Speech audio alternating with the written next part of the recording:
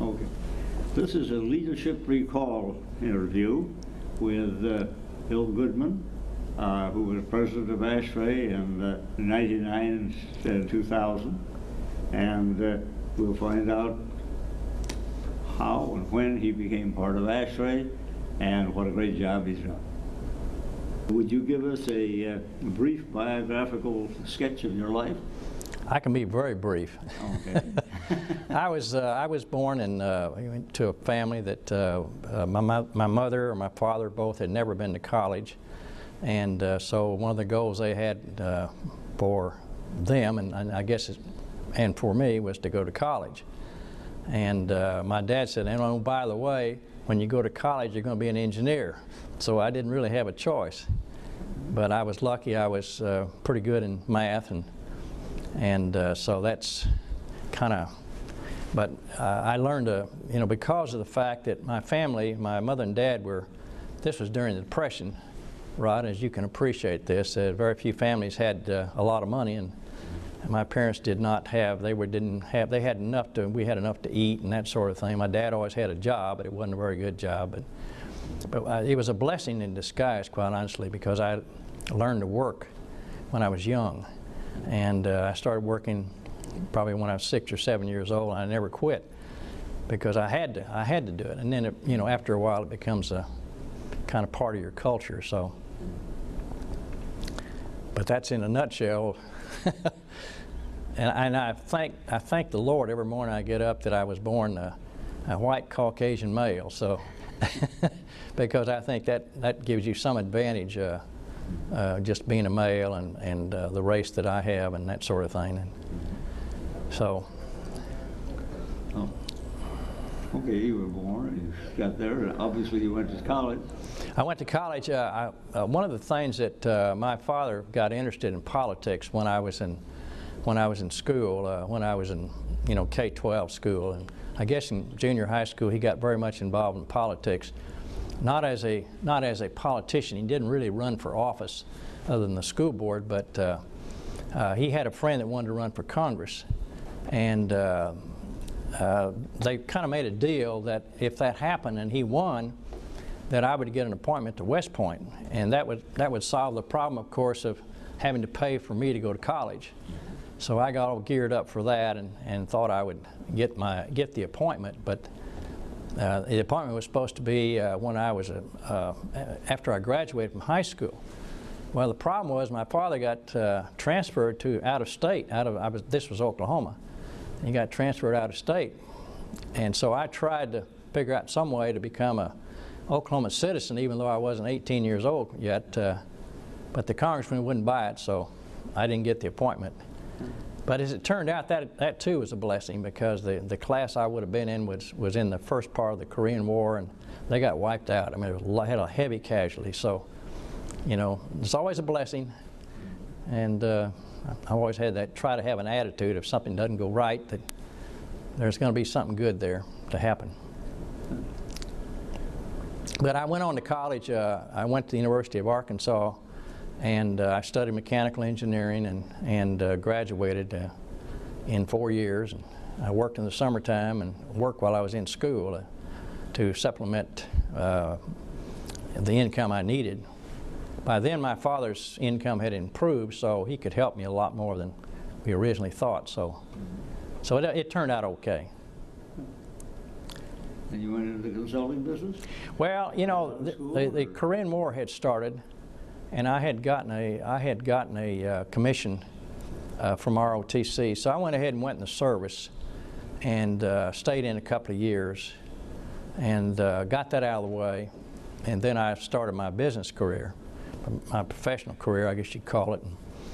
And I stayed in the Army Reserve for a number of years, but then I got out. When I got my own business, I decided I needed to get out because I just couldn't afford to get called up again and walk away from business that I just started. So that was but I started out early in my career. After I got through with the service, I went to work as a sales engineer for a manufacturer who manufactured oil field equipment, and this was process equipment.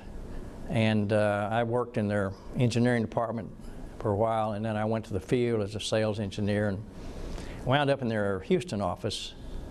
And then the company started having financial problems, and the guy I worked for came to me one day and he said, "Bill," he says, "you know, you're young and you've done well with us, but this might be the time for you to bail out." So I took his sage advice and left. So that was the beginning of my career in the consulting business in a way. Okay. Well, that gives us some background, so we can go on from there then. What was your first job in the HVAC industry? Well, you know, when I went to my first job, we got into this oil field process equipment, got into thermodynamics and heat exchangers and all that sort of thing. So that's that was my introduction to it. And plus the fact that my father's background had been, he later on ended up in the supply business, the heating, air conditioning, plumbing supply business.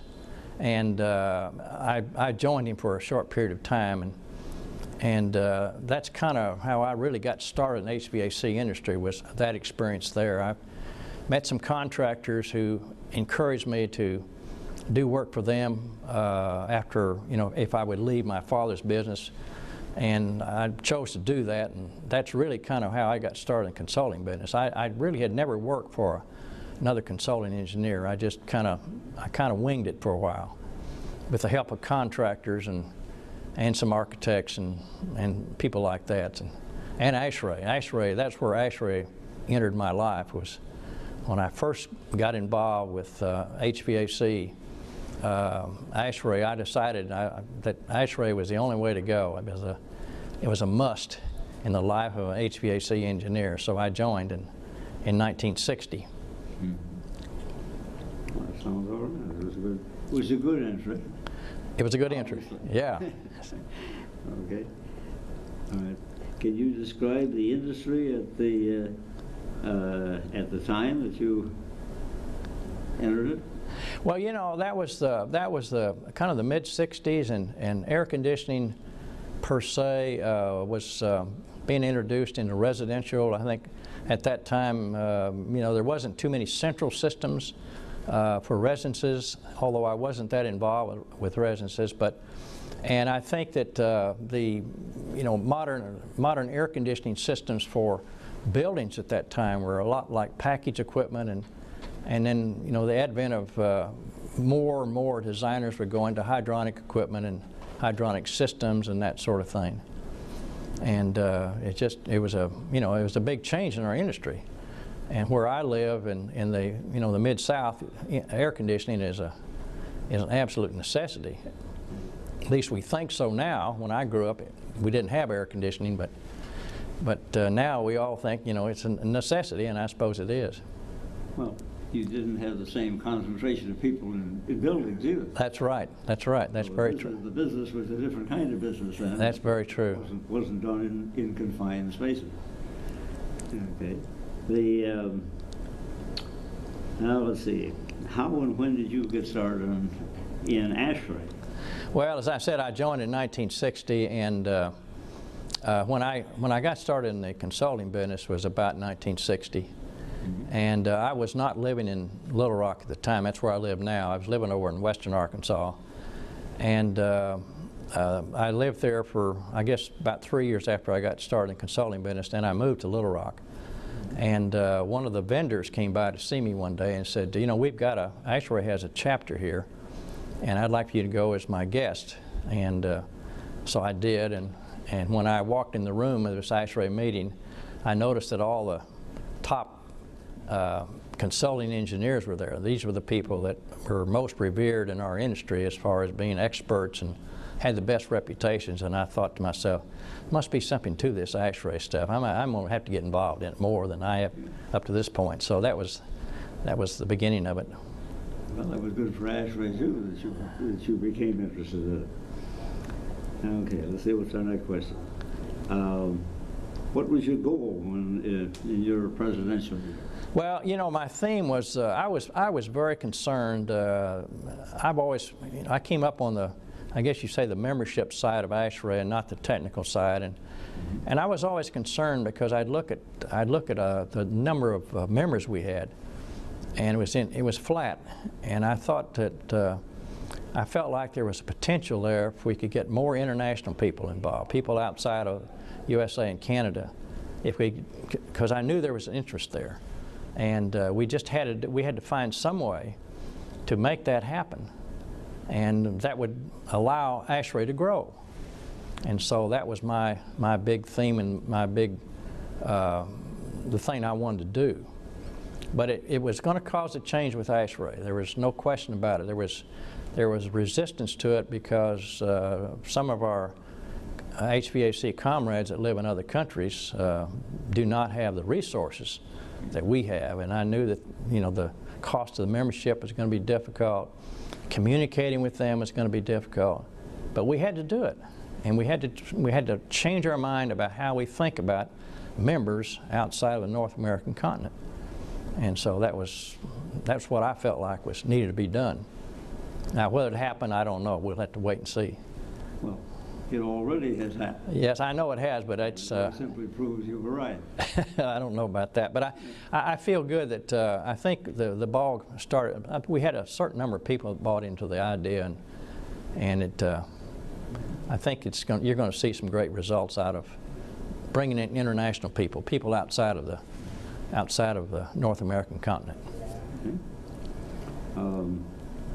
What were the major issues facing the industry at that time? Rod, it's probably much like it was when you were president. 90.1 was still a hot issue. ASHRAE Standard 62 was very much in the limelight. We were, the tobacco industry was upset with us. The utility people were upset with us, the natural gas industry particularly, and in the electrical industry as well. And so it was a balancing act, really, for the board of directors, for the president, for the staff to try to figure out some way to make, update 90.1, update 62, and make this happen, and make this, improve the environment in our buildings in so doing so. So. With plenty of challenges. Yes, sir. Yeah, absolutely. All right, let's see what's next. What events changed ASHRAE at that time? Well, I think as I mentioned, the 62. I mean, the international thing. I could see when I was president, as I made my travels around the world and visited different organizations that I felt like had potential to form a chapter. I encouraged them to do that, and I felt like that was maybe a contribution I could make. I mean, they were already close to doing it anyway, and all I tried to do was shove them over the edge. They wanted to do it, but give them enough incentive to do so. But I don't know whether ASHRAE's changed a lot. It didn't change that much, certainly in 1 year, but the issues that you had are probably not that much different from the issues that I had. And, we write these standards, they're consensus, as you know, and you're not going to get 100% consensus. There's going to be some people that are going to be unhappy because their ideas were not incorporated in the changes that are made, and so I heard from a lot of people that were unhappy, but I kept reminding myself and reminding them that these standards are based on consensus, and it's not just consensus of ASHRAE, it's the public consensus, and I've always felt like that was the right answer. Now, whether or not they agreed with me, I don't know, because I still see them in the halls, and they still bend my ear about it. Sure. Okay. What events changed the industry? What events changes industry? Mm-hmm. You mean changes the HVAC industry? Yeah. Well, I think just off the top of my head, I'd say controls. I think pneumatic controls. I'm sure when you got started, when I got started, pneumatic was controls, and now we've gone. The computer has changed everything. Quite honestly, I mean, you get down to the bottom line, it's the computer has changed our industry, it's changed the world, it's changed, I guess, everybody's industry, but it certainly has changed ours. I think that's a good answer. Okay, what has ASHRAE meant to the growth of the industry?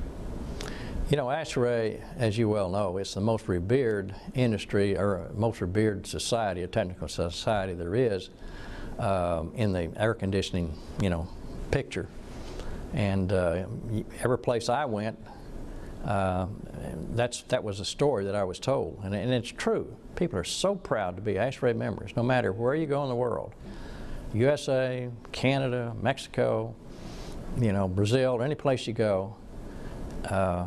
ASHRAE is the organization, and I didn't realize this until I became president and traveled, that was the way it was. But boy, it is. Okay. What people started? What people were the ones that influenced you as you went along? Well, there was a consultant engineer in Little Rock named Kent Pettit. I don't know whether you remember Kent or not. Kent is deceased now, and Kent was, he was probably the most respected HVAC engineer in the state, and certainly maybe one in the country, I don't know. But he came to me one time and asked me if I would be interested in being a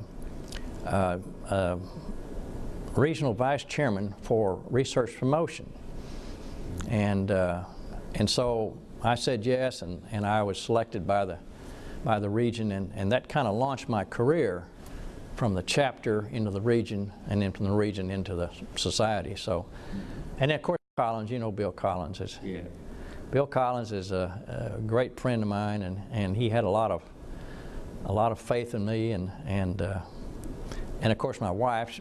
You have to have an understanding wife to be an active ASHRAE member, believe me, because if you really get involved with ASHRAE as you have and I have, you're gone a lot. You're gone a lot. There's a lot of weekends you're not around, and you can't always take your wife with you, and so you have to have somebody that really believes in you, or it wouldn't happen. And if my wife had not been supportive, I probably wouldn't have done it. Okay. Well, like I said, I've got a couple more questions at all. What advice would you give to a young person entering the HVAC industry? That's easy. That's an easy question. You've got to get involved with ASHRAE. You've got to get involved with ASHRAE. I don't mean just be a member. You've got to go to the meetings. You've got to go to the CRCs. You've got to go to the society meetings, because that's where you learn. That's where you learn from the experts. It's a chance to talk to other people that have the same problem you have. Maybe they're the same career path you are, and there's no other way to go. The best engineers, the best HVAC engineers, are those that have been involved with ASHRAE. Now that doesn't mean you have to be president of ASHRAE, but it does mean that I think you need to be really involved with the chapter and with the region, and if possible on the society level, because there's so much knowledge out there that you can take advantage of. And if you don't do that, you're hurting your own career. It's always nice to have met the guy that's already made the mistakes, so you don't have to make them. That's true. That is very well put, and I agree with that. Well, one last question. What was your major accomplishment for your year as president? Well, I think the international thing. I think the international thing was probably the one thing that the problem with 90.1 and the problem with ASHRAE Standard 62 had existed for a long time, and it probably continued to exist. But I felt like the international thing, I tried to launch ASHRAE into think about the global economy that we're in now, and to think in those terms and change the way we do business so that we can bring in a larger number of people in the organization, because the hunger is out there. The hunger internationally is out there to be an ASHRAE member. Yeah. Well, I guess that's all we've got. Thank you, Rod. Thank you very much. I appreciate you asking me to do so. Well,